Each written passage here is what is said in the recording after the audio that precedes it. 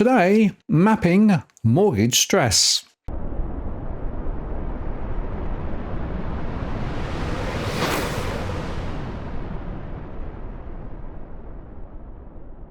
Hello again, it's Martin North from Digital Finance Analytics, one that is post covering finance and property news.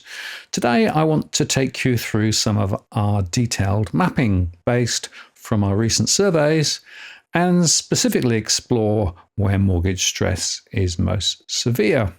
Now, of course, those of you who are following the channel will know that we've already provided quite a lot of information recently, specifically in our last show, but the mapping is something which I never have time for in my live shows. And in fact, this coming Tuesday, I'll be running a live show again and we'll be looking at specific postcodes. But I thought it'd be worth making a couple of extra shows looking specifically at some of the mapping, because the mapping is another visual way of showing how the stress scenarios are playing out. And in fact, stress is a significant issue for many households, as we've been discussing recently. It's worth just pausing and saying, well, what do we mean by mortgage stress in the first place? Well, there are many different ways of defining stress. Some use a specific percentage, for example, 30% of income, perhaps taxable income, perhaps not, through to specific underwriting metrics. But we define stress in cash flow terms. If households are more outgoings, excluding one-off discretionary items than income, we define them as stressed. If they have a mortgage, then they're in mortgage stress. If renting, then rental stress. Investors with cash flow pressures are also identified as stressed investors. And we can aggregate that data to estimate the total financial stress as well. Now, it's worth noting that whilst we can express this as a percentage of households in a particular postcode, the count is the one that we think provides a better analysis. The reason is that it's the rule of big numbers. And so in this presentation, we'll be focusing specifically on the count of households in mortgage stress. Now, to do that, let's look at the map, and we're going to start down in Melbourne. And this is the relatively high level view of the mortgage stress counts as at February 2024. And you can see there that the reddy colours and the orange colours are the highest counts. And as we go down through the yellows and into blues, the counts come down. And to the high level, you can see that in and around the centre of Melbourne, where things aren't too bad, we can see some significant hotspots over to the east, to the north, to the west, and out in regional areas such as Ballarat.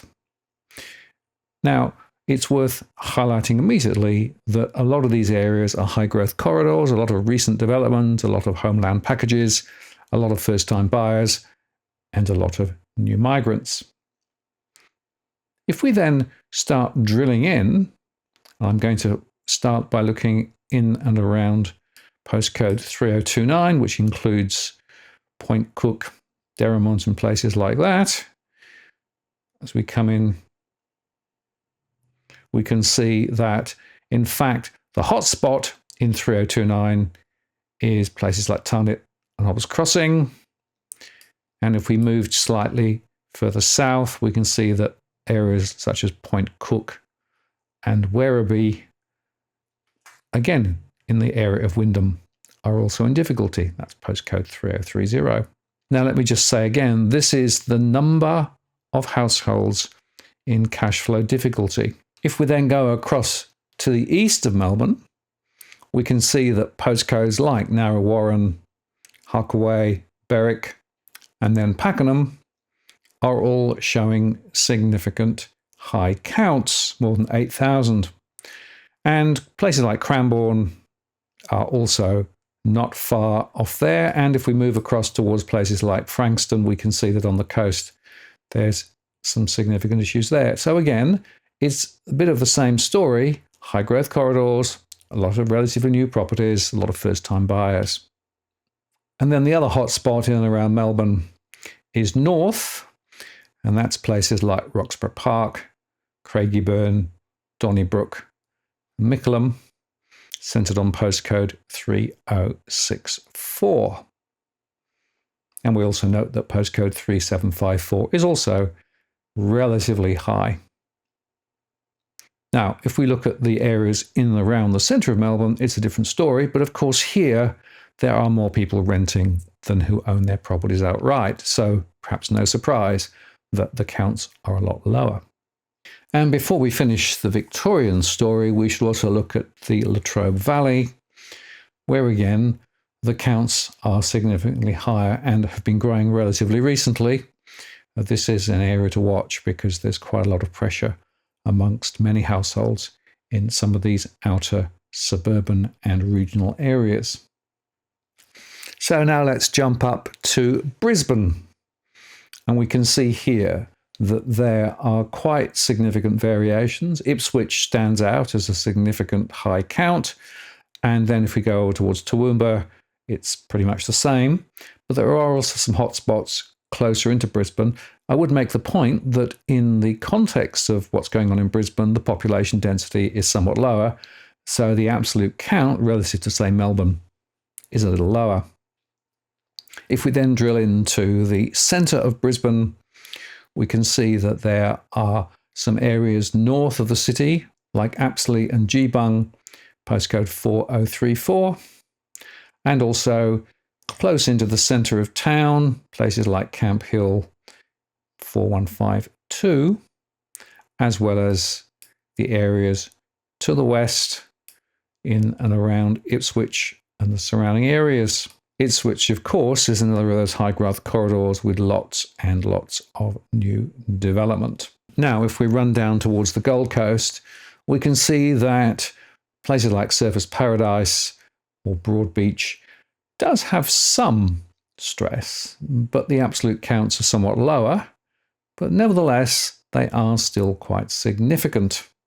And another hotspot is north of Brisbane, up towards the Sunshine Coast, including places like Caloundra and Golden Beach, 4551, Maroochydore,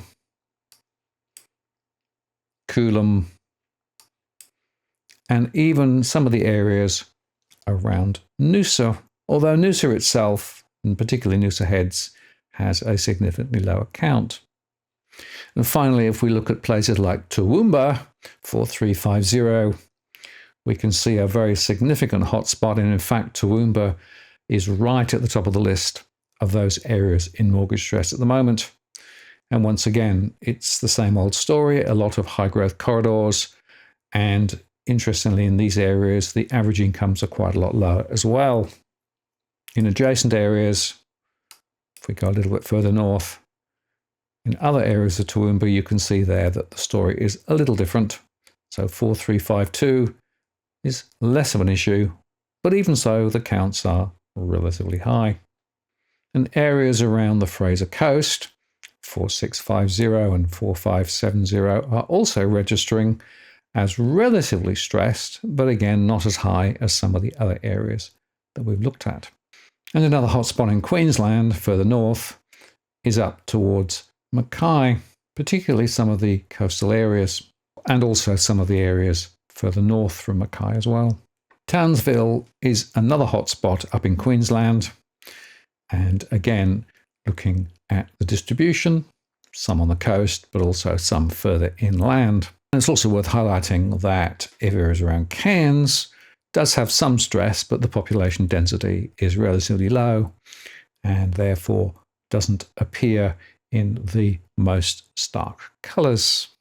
Now let's look at Sydney, starting from a zoomed out view, and we can see there that areas around Orange, areas around Camden and Blacktown, as well as up towards the Central Coast, are registering as quite high counts.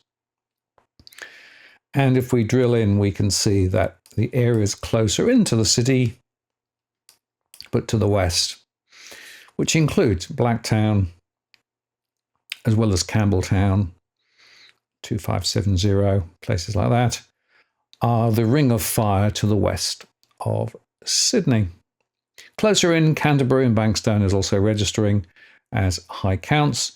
And again, it's the same story of high growth corridors, lots of new properties being built, a lot of first time buyers, a lot of first generation Australians buying in the area.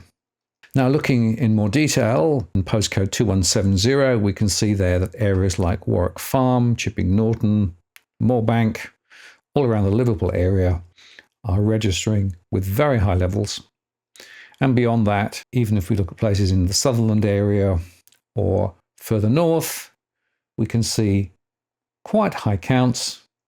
But closer into the city, things are a little different. And if we look at the eastern suburbs, there are some counts, but nowhere near as high as to the west. And postcodes like the areas around North Sydney or Darlinghurst or Surrey Hills or Balmain are relatively low. If we go up towards Lake Macquarie and the Central Coast, we can see there that the counts are quite a lot higher. Now, some of that, again, is new building. Also, some people have relocated from Sydney up to the Central Coast. And so there are also some tree change and sea change stories to be told there too. And if we go further up to areas around Maitland, again, we see the same story. And if we go up towards the Hunter Valley and areas around there, again, there are some areas where there are quite high counts. And I think it's important to underscore, therefore, that regional areas are certainly not excluded from the mortgage stress story. The next area to look at is in and around Adelaide. And here the story is a bit different. There are still some hotspots, and 5108 around Salisbury stands out. There are a few other areas like Mount Barker, which is also showing some level of stress. But again, the population density is lower compared with Sydney or Melbourne. And if we drill in, we can see there that north of Adelaide, there are some hotspots, as well as south of Adelaide too. And I've been watching the areas around Mount Barker, 5251, and areas further south too, like 5255, where again stress is building. Now, if we go across to Perth, we can see there that in and around the centre of Perth, things aren't too bad. But if we go up north or go south, then the story is rather different. And if we focus in on postcode 6065, which includes Tapping and Wanneroo and Hocking, you can see there that there are some very, very high counts, as there are on the coast, 6030, including Tamala Park and Quinns Rock, and also further inland around the Vines, 6069, Swan and Upper Swan. If we come down towards Perth itself, we can see there that north of Perth, 6061 and 6018 are registering quite high levels of stress. Not quite so high as further north, but pretty high. In the centre of the city itself, lower. But if we go south to places like Queen's Park and East Cannington, 6107, or South Lake, and also to the south of Fremantle, Hamilton Hill, and Spearwood, North Coogee. It's worth highlighting that if we go further south to places like Rockingham, things aren't quite so bad. But beyond that, if we go further south down to Port Kennedy or Secret Harbour, the numbers are still a little high.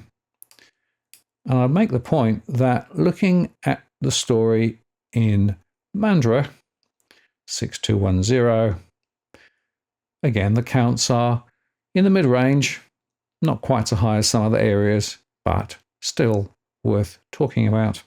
And further south from Perth, there's also another hot spot around Bunbury, again in the yellow range, but postcode 6230 is also worth highlighting, compared with inland areas where the counts are a lot lower. And on the south coast of Western Australia, around Albany, we also see quite a few areas where the counts are high and rising. Now, if we look at Tasmania top down, we can see that the main areas are in and around Hobart, Launceston, and slightly further to the west. And if we drill in to look at the area around Launceston, we can see there are quite a few areas where the counts are relatively high. And it's worth underscoring, of course, the population density in Tasmania is significantly lower relative to some other areas of Australia. And yet we are seeing 5,000 plus in some of these areas. So it's a real hotspot. The Central Highlands are registering some level of stress, but I'd also make the point that these are very large areas and the population density is relatively low. However, if we then look at Hobart and the areas around there, it's a bit of a tapestry. There are some areas like Hobart itself and over to the west where things aren't too bad, but in other areas like Clermont and Montrose, 7011 and 7010, and Derwent Park, the counts are higher. And we also see the areas around 7173, including Dodges Ferry and Carlton, as a relatively high count. Again, let me stress, despite the lower population density. Now, if we pop up to Darwin, we can see there that in and around Darwin itself, mortgage stress levels are relatively contained. But if you look at some of the areas to the north and to the east, it's a bit of a different story. Postcode 0812 stands out, and that includes areas including Holmes, Mickett Creek, Buffalo Creek, and other areas around there. And the area around Palmerston, 0830, also has a higher count. Again, the population density is considerably lower, but it does highlight the pressure points in some of these areas. And next we're going to turn to the ACT. Again, a relatively low population density, but there are some considerable variations. And as we drill in, we can see that areas like Hughes and Curtin have significantly low counts alongside areas in the blue, whereas other areas, including to the west of Canberra, are somewhat higher.